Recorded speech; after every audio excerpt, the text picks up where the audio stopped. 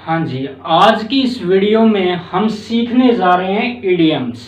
ये कुछ इडियम्स हैं आपके सामने जो पिछले कॉम्पिटिटिव एग्जाम्स में पूछे गए हैं। जी, इडियम याद करना बहुत ही मुश्किल होता है, लेकिन आज आप जैसे आप रीड करते जाएंगे वैसे ही आप इनको सीख लोगे। 5 मिनट, 10 मिनट, आधे घंटे, 1 घंटे के बाद नहीं, जैसे ही रीड करोगे वैसे ही आपको याद हो जाएंगे। और बोलते हैं कि मरते दम तक आपको याद रहेंगे, आप मरते दम तक भूलेंगे नहीं। मैं कह रहा हूं जी, मरने के बाद भी नहीं भूलेंगे आप इन चीजों को। ऐसा तरीका है हमारे पास समझाने का, इससे बेस्ट तरीका हो ही नहीं सकता, या मैं कहूं कि है ही नहीं है। चैनल पे आप जाएंगे, इडियम्स में बहुत सारी प्लेलिस्ट बनी हुई है। अगर वो वीडियो आपने देखी है इडियम्स को लेकर, जी आप बिल्कुल अच्छे से जानते हैं कि हाँ जी, चुटकियों में याद हो जाते हैं। तो ज़्यादा सस्पेंस को ना रखते हुए जल्दी से पॉइंट पर आ जाते हैं। हाँ जी, अगर आप चैनल पे नए हैं, चैनल को सब्सक्राइब नहीं किया, प्लीज चैनल को सब्सक्राइब कर दीजिए, बेल आइकन प्रेस कर दीजिए, ऑल के बटन को भी प्रेस कर दीजिए ताकि ऐसी वीडियो आपको टाइम टू टाइम मिलती रहे। लाइक कीजिए, शेयर कीजिए, कमेंट्स कीजिए। जी, पॉइंट पे आ जाते हैं, ज्यादा टाइम वेस्ट करते नहीं है, मैं सीधी बात कर लेता हूँ। To put one shoulder to the wheel, मुसीबत में किसी की मदद करना। To support someone in crisis, यानी कि संकट में, क्रिसाइज में किसी की मदद करना। तो जी, जो ये वर्डिंग होती है, इनका मीनिंग निकाल लेने से मात्र ये इडियम समझ में नहीं आते, ये मुहावरे समझ में नहीं आते। इनके लिए आपको लिटरेरिकल मीनिंग आना चाहिए। अगर आपको इंग्लिश के साहित्य की जानकारी है तो आपको इडियम याद हो जाएंगे, लेकिन हमें इडियम साहित्य पर निर्भर रहना पड़ता है, उसके लिटरेचर पर निर्भर रहना पड़ता है, तो ये इडियम आते हैं। लेकिन यहाँ इस वीडियो में ऐसा कुछ नहीं है, वर्डिंग के हिसाब से आप मीनिंग निकालेंगे तो बात नहीं बनेगी। मैं सिखाता हूँ आपको कैसे आपको याद रहने वाले हैं। जी हाँ, to put one shoulder to the wheel. देखिए, जो एक समय की बात है, कहानी सुनाएंगे याद हो जाएगा। एक समय की बात है, स्वामी विवेकानंद जी एक रास्ते से जा रहे थे। उन्होंने क्या देखा, एक बैलगाड़ी कीचड़ में धसी हुई थी।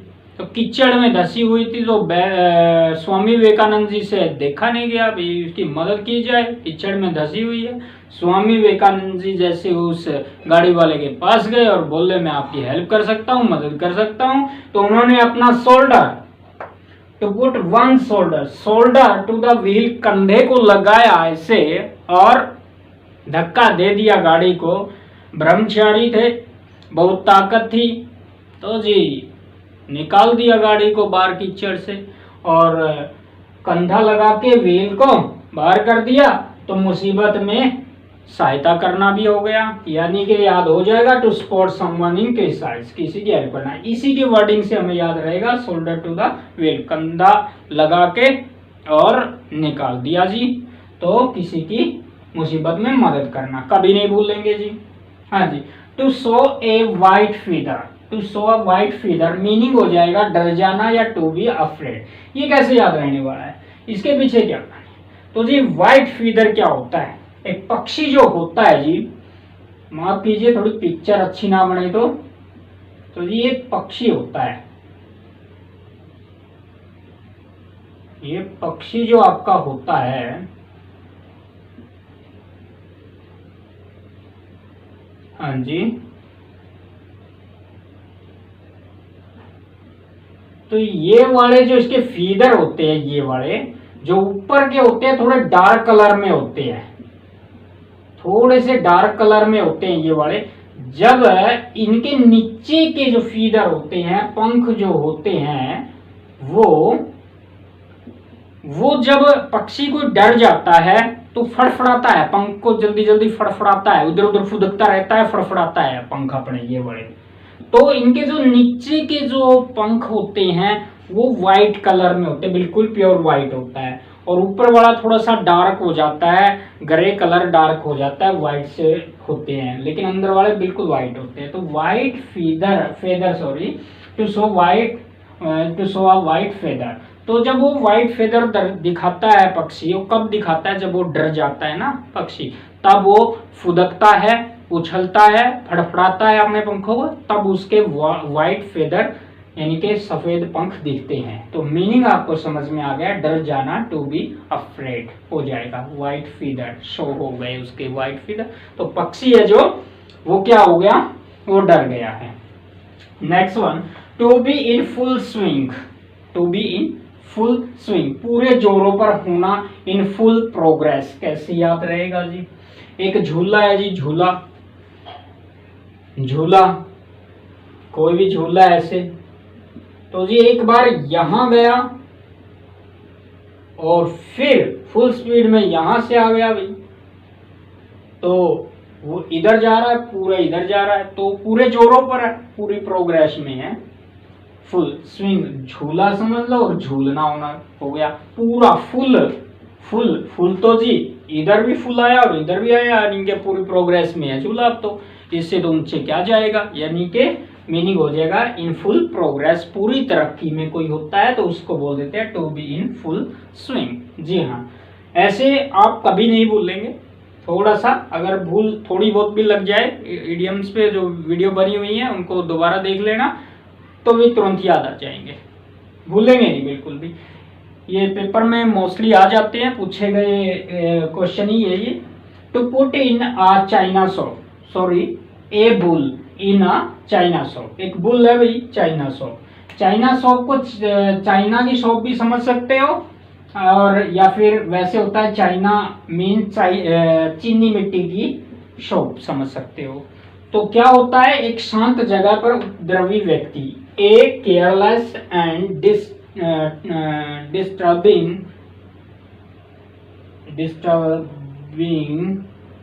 person at a peaceful place, कोई ऐसा व्यक्ति जो केयरलेस है और डिस्टर्बिंग ऐसा व्यक्ति आ जाए और वो तो पीसफुल प्लेस पे, और तो वो तो शांत रहेगा, जगह हो जाएगा। एक शांत जगह पर उपद्रवी व्यक्ति आ जाए तो वो ऐसा हाल मचाएगा। तो क्या होगा, एक बुल इन है चाइना शॉप, तो एक बुल है चाइना यानी कि चीनी मिट्टी की एक दुकान है और उसमें एक बुल घुस जाए तो क्या होगा भाई, तोड़फोड़ मचाएगा, यानी कि एक शांत जगह पर एक उपद्रवी व्यक्ति हो गया है। तो इसका मीनिंग हो गया।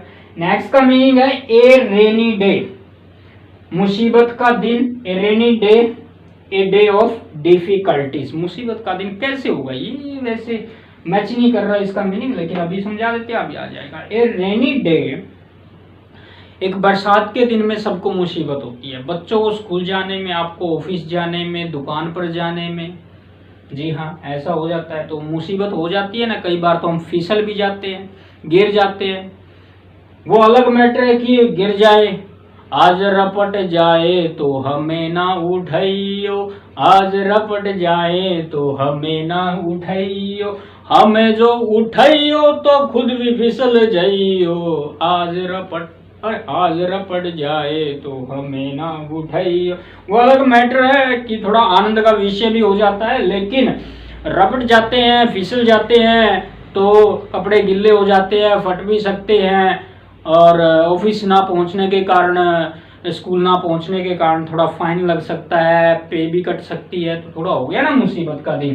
तो रेनी डे मुसीबत का दिन हो जाता है, तो अच्छे से याद हो गया होगा आपको। नेक्स्ट है टू सी लाइट, जन्म लेना, टू बी बोर्न, बोर्न जन्म लेना, ये ऐसे कैसे समझ में आएगा भाई, टू सी लाइट। तो देखिए समझाते हैं आपको। टू सी लाइट, जब आप माँ के पेट में थे तो आप सपोज कर सकते हो, कल्पना कर सकते हो, अंधेरा ही था भाई।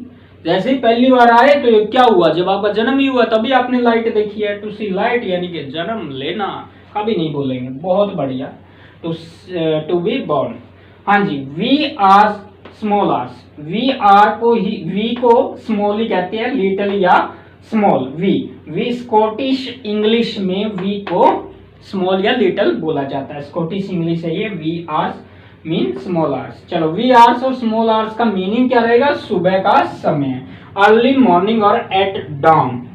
सुबह, सुबह कैसे भाई, छोटे घंटे, वी आवर्स, स्मॉल आवर्स, छोटे घंटे, छोटे घंटे 1 बजे हो, 2 बजे हो, 3 बजे हो सुबह के, जब दोपहर के नहीं, सुबह के 1 बजे और 2, 3, 4, 5 बजे तक मान के चलो, उसको हम सुबह का समय बोल देंगे, अर्ली मॉर्निंग बोल देंगे उसको।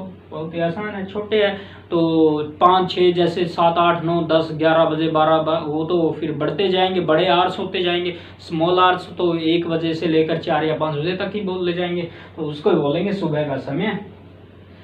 तो जी रिंगल over an age shadow, S ये एपोस्ट्रॉफी लगा हुआ है, एपोस्ट्रॉफी पर दो वीडियो बनी हुई है, एक बेसिक और एक एडवांस में है। उसमें बताया गया है कि ये एपोस्ट्रॉफी है, ये कहाँ लगता है। मोस्टली स्टूडेंट और टीचर भी यहाँ गलती कर देते हैं, वो वीडियो भी आपने देख लेनी है एपोस्ट्रॉफी के यूज को लेकर। तो जी रेंगल, रेंगल लड़ाई करना, और है ना एसिस शेडो पर, गधों की परछाई पर लड़ाई करना, गधों की परछाई पर लड़ाई करना, छोटी छोटी बातों पर लड़ना।